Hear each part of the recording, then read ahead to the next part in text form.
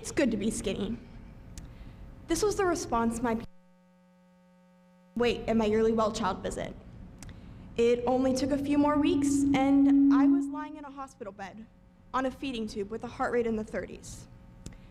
Needless to say, the "it's good to be skinny" was not what my 14-year-old self needed to hear from my pediatrician. I had a severe eating disorder and had been suffering in silence for the past 6 years. I needed help, and asking for it was the hardest part of it all. Hi, my name is Sutton, and I've been struggling with anorexia since I was 8 years old. Despite the challenges that it has brought me, it's also brought me a sense of passion.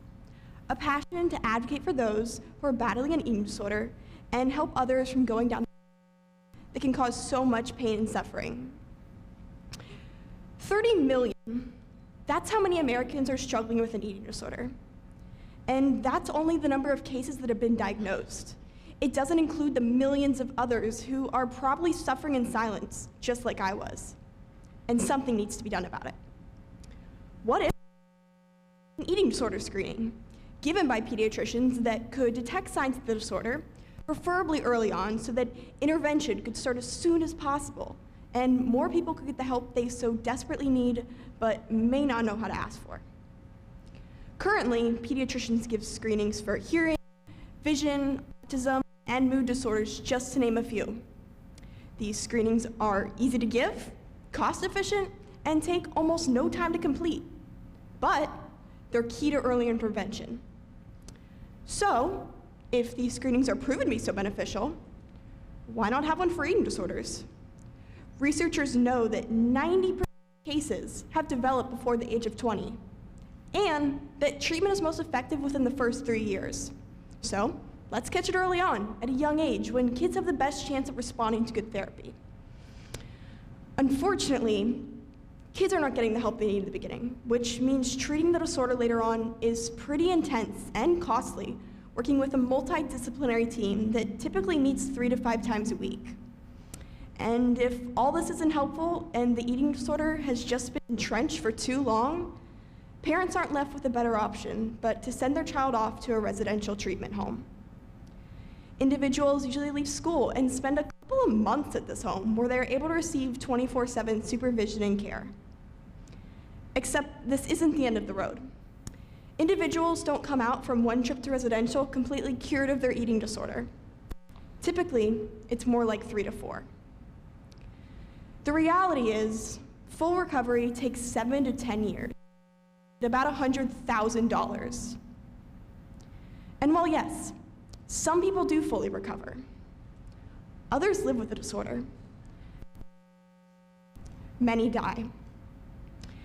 In fact, anorexia has the highest mortality rate out of all mental illnesses. Every 52 minutes, someone dies as a direct cause of anorexia. And most of the time, this death isn't caused by health complications. It's caused by suicide. But with the introduction of eating disorder screening, we can avoid all of this by catching it before it's spun out of control.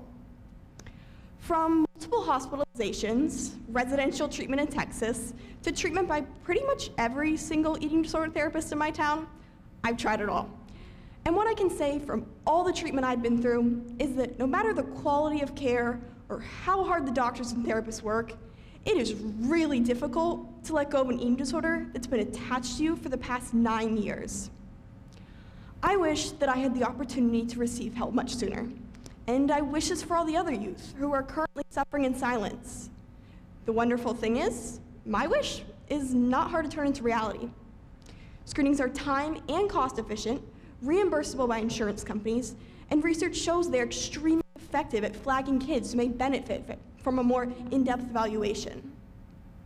These screenings can be very similar to the ones that eating disorder treatment centers already providing about an intake. Simple quizzes that ask questions such as, how afraid are you of gaining 3 pounds?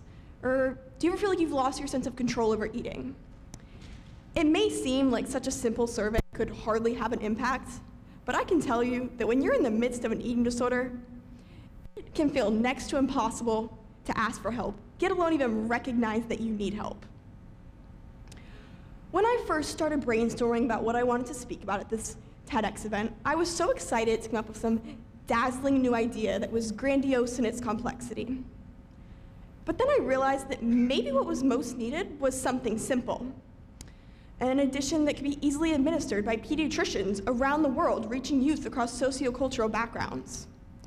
And so an eating disorder screening seemed like a powerful and very much needed new addition. In a world where pediatricians are telling their patients, it's good to be squinty, an eating disorder screening is not just some possibility, it's a necessity.